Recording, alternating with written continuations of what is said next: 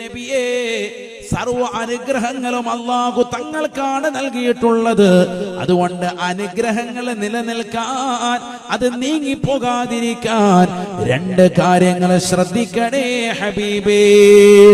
ഇത് ലോകൈക ഗുരുവിന് മാത്രം ഇറക്കിക്കൊടുത്ത ഖുർആനല്ല, ഈ ഖുർആനിന് കടന്നു വരുന്നതാകുന്ന മാനവരാശികൾക്ക് ദർശനമാ.